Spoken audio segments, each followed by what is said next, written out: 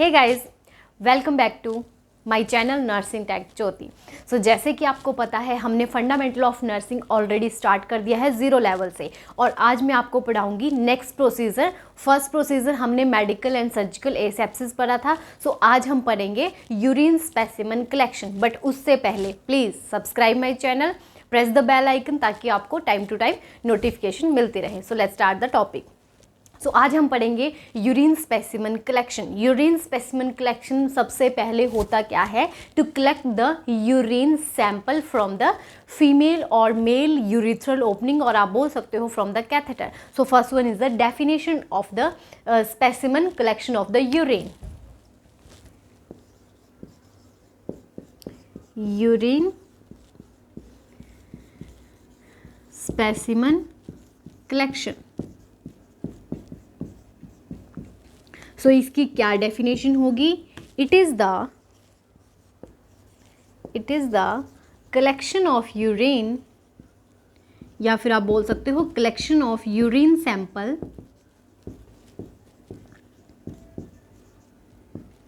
From male और female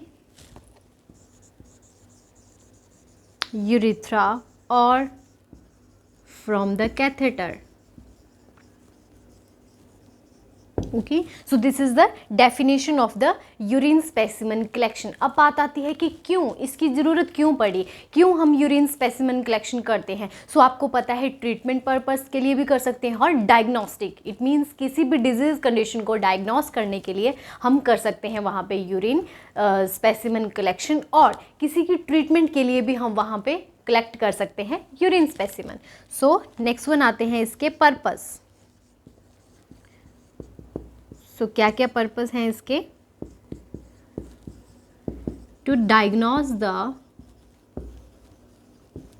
abnormal findings,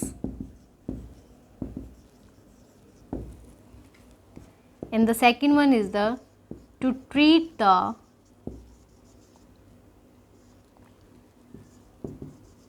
abnormalities। Because देखो, आप यूरिन सैंपल ले रहे हो, आपको डायग्नोस का पता चल रहा है, उसके बाद आपने ट्रीटमेंट स्टार्ट कर दी है, फिर भी आपको यूरिन सैंपल लेना पड़ेगा, बिकॉज ट्रीटमेंट स्टार्ट होने के बाद भी आपको यूरिन सैंपल लेने के बाद आपको पता चलेगा कि उसमें एबनॉर्मलिटी में कोई चेंजेस आया है या नहीं आया है। सो नेक्स्ट हम देखते हैं methods of the urine specimen collection. उसमें क्या क्या चीज़ें आती हैं? फर्स्ट वन हम देखेंगे उसमें mid stream urine sample collection. Next हम देखेंगे टाइम स्पेसिमेन कलेक्शन, कैथेटर के थ्रू देखेंगे, कॉन्डम के थ्रू देखेंगे, सुप्रा प्यूबिक देखेंगे। So let's start the methods. Next one is the methods of urine specimen collection. So हम कौन कौन से मेथड मेनली पढ़ेंगे? First one is the random sample collection. Second one is the time specific sample collection। कौन कौन से हो गए? Random sample collection, second one is the time specimen sample collection, third one is the Foley's catheter sample collection। Next, midstream sample collection,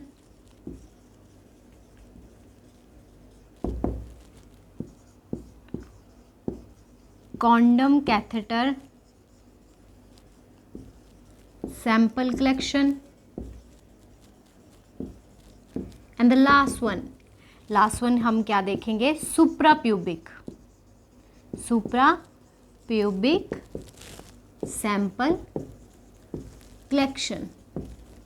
so mainly ऐसा नहीं है कि सिर्फ यूरिथ्रल ओपनिंग से ही हम सैंपल कलेक्ट करते हैं यूरिन का, ये सारे मेथड हम वहाँ पे यूज़ कर सकते हैं. First one is the random, then time specific, Foley's catheter के थ्रू, मिड स्ट्रीम के थ्रू, कॉन्डम कैथेटर के through, and last one is the supra pubic sample collection. So firstly हम देखते हैं random sample collection of the urine. So first one is the random sample collection. So random जो sample collection है urine का, randomly it means day time में कभी भी आप यूरिन सैंपल कलेक्ट कर सकते हो. मोस्ट कॉमनेस्ट ये यूज़ किया जाता है but not a reliable. It means जो इसकी वैल्यू है वो रिलायबल नहीं आती है, मतलब कभी ना कभी ये फॉल्टी वैल्यूज़ बता सकती है. So it is the commonest but not reliable test. इस मेथड में या फिर आप बोल सकते हो इस सैंपल कलेक्शन में जो पेशेंट है उसको कोई इंस्ट्रक्शन देने की ज़रूरत नहीं होती. In this no special instruction to the patient.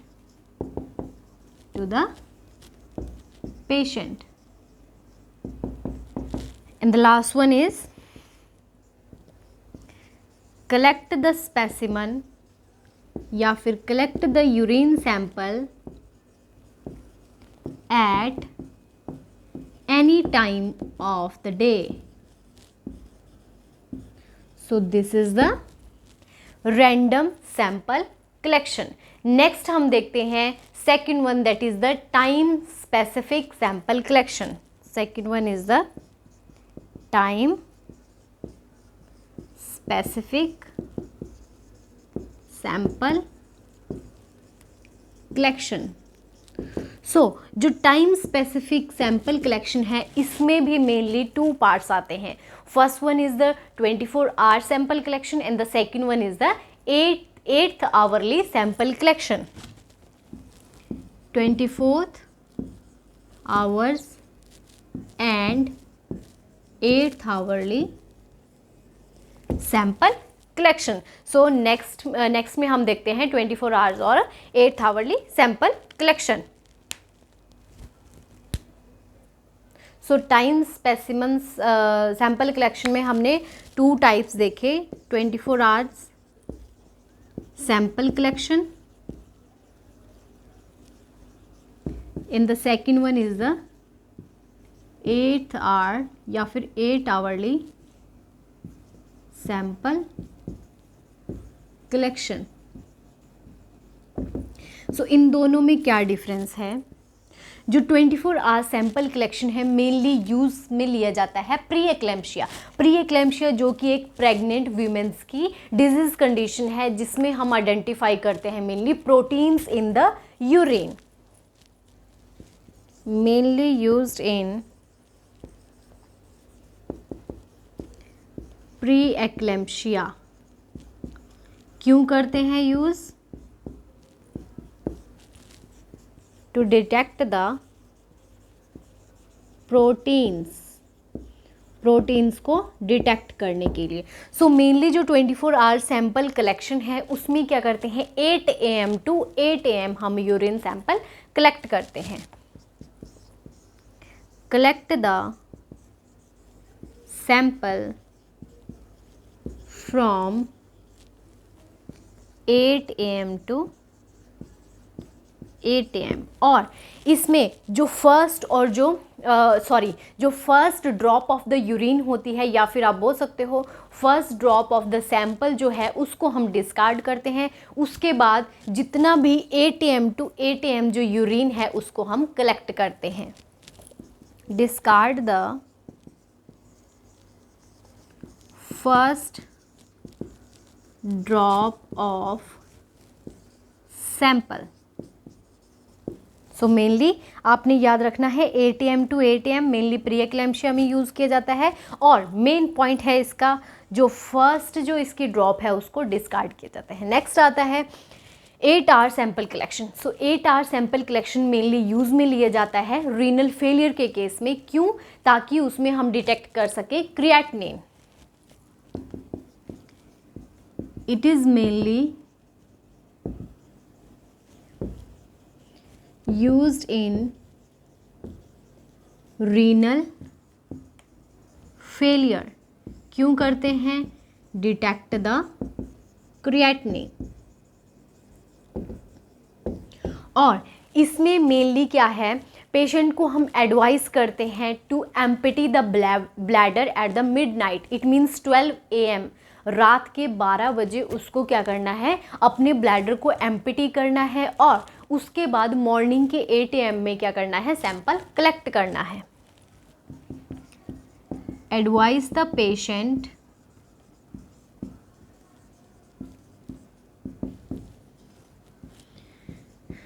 to empty the bladder at midnight 12 AM and then collect the sample at 8 AM. So this is the difference between the 24-hour sample collection and the 8-hour sample collection. Next, Foley's catheter sample collection. Next हम देखते हैं sample collection from the Foley's catheter और condom catheter. So एक side में mention कर रही हूँ Foley's catheter sample and the next one is the condom catheter sample. So firstly आता है फॉलेस कैथेटर सैंपल। सो जो फॉलेस कैथेटर सैंपल है मेनली यूज़ किया जाता है अनकॉन्शियस पेशेंट में, मेंस्ट्रुअल साइकिल किसी को है वीमेंस को, या फिर हम यूज़ कर सकते हैं किसी अदर डिजीज कंडीशन में। सो it is used in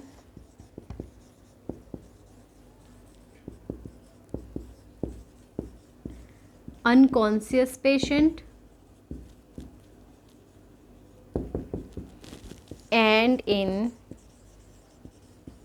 menstrual cycle. So अब आती है बात की फोलेस कैथेटर में मेनली करते क्या हैं। So before the taking the sample from the Foley's catheter उसको क्लैंप करके रखना है फॉर द 15 to 20 मिनट्स के लिए। Clamp the catheter for 15 to 20 minutes. Then clean the catheter with the betadine. Betadine solution से उसको क्या करना है, क्लीन करना है। आफ्टर दैट क्या करना है, सैंपल कलेक्ट करना है with the betadine and then collect the sample. So mainly आपने इसमें ध्यान रखना है, एक तो आपको क्लीन करना है विद द बिटाडिन और 15 to 20 मिनट्स उसको क्या करके रखना है, क्लैंप करके रखना है, ताकि जैसे ही आप क्लैंप को खोलोगे उस टाइम पे बिल्कुल एक प्रेशर से क्या आएगा, सैंपल आपके पास आएगा। नेक्स्ट है कॉन्डोम कैथेटर सैंपल कलेक्शन। सो कॉन्डोम कैथेटर क्या है, मेनली यूज्ड किया जाता है, mainly used in infants and neonates. It means जो छोटे बच्चे हैं उनमें मेनली यूज में लिया जाता है कॉन्डोम कैथेटर और condom catheter sample collection. Next हम देखेंगे मिड स्ट्रीम सैंपल कलेक्शन और supra pubic sample collection of urine. So next last method हम देखते हैं mid stream and the supra pubic sample collection. Mid stream sample and supra pubic sample.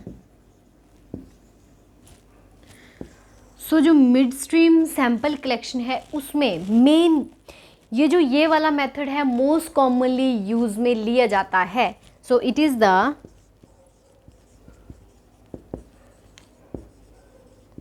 most common method. और इसमें करते क्या है, first और last drop of the urine will be discarded. First and last drop of urine will discarded. और इसमें before taking the sample of the urine हम patient को एडवाइस करते हैं to clean the urethral opening. Advice the patient to clean the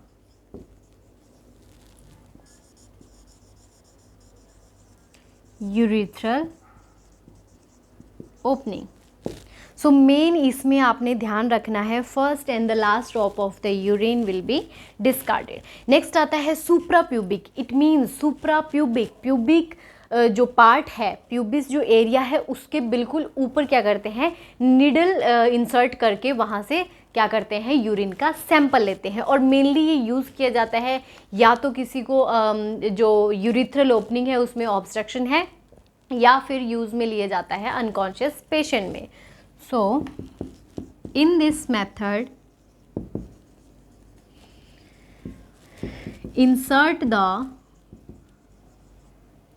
needle into the suprapubic area and collect the urine sample. Mainly used in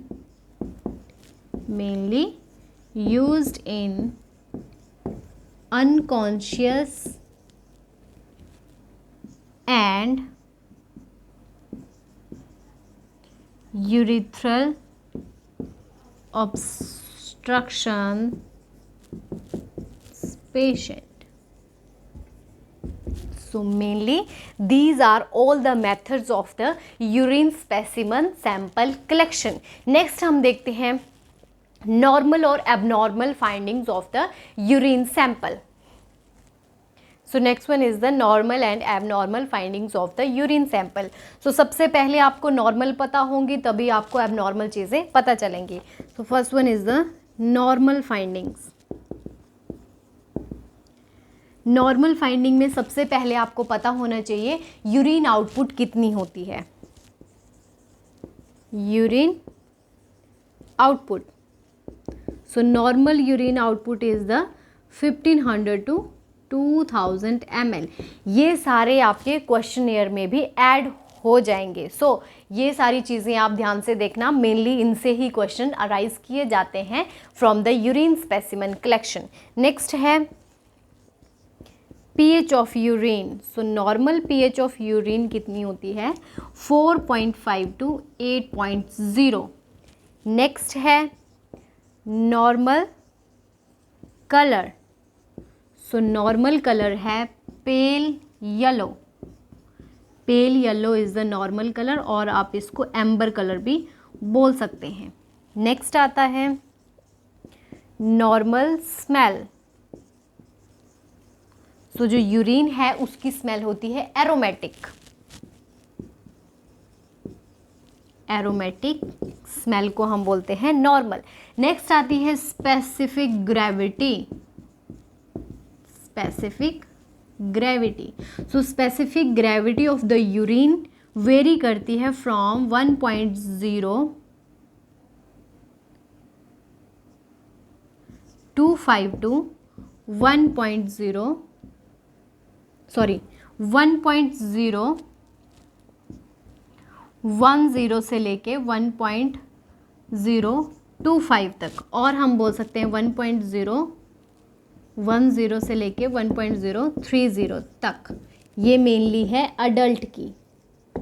so these all are the normal findings of the urine जिसमें आपने mainly, सो ये questions भी मैं आपको साथ साथ में बता रही हूँ। यूरिन आउटपुट पूछ सकते हैं, नॉर्मल कितनी होती है 1500 टू 2000 ml। नेक्स्ट है पीएच ऑफ यूरिन जो कि रेंजेस में वेरी करती है 4.5 टू 8.0। और कई बार आपको ऑप्शन में बता सकते हैं बीच की वैल्यू, लाइक 6 बोल सकते हैं, 7 बोल सकते हैं। सो आप अकॉर्डिंग टू द ऑप्शन आप आंसर चूज कर सकते हो। नेक्स्ट है normal colour. So normal colour कौन सा है, पेल येलो, जिसको हम एम्बर कलर भी बोलते हैं। And the normal smell is the aromatic smell. Next हम देखते हैं इसकी abnormal findings. So next one is the abnormal findings.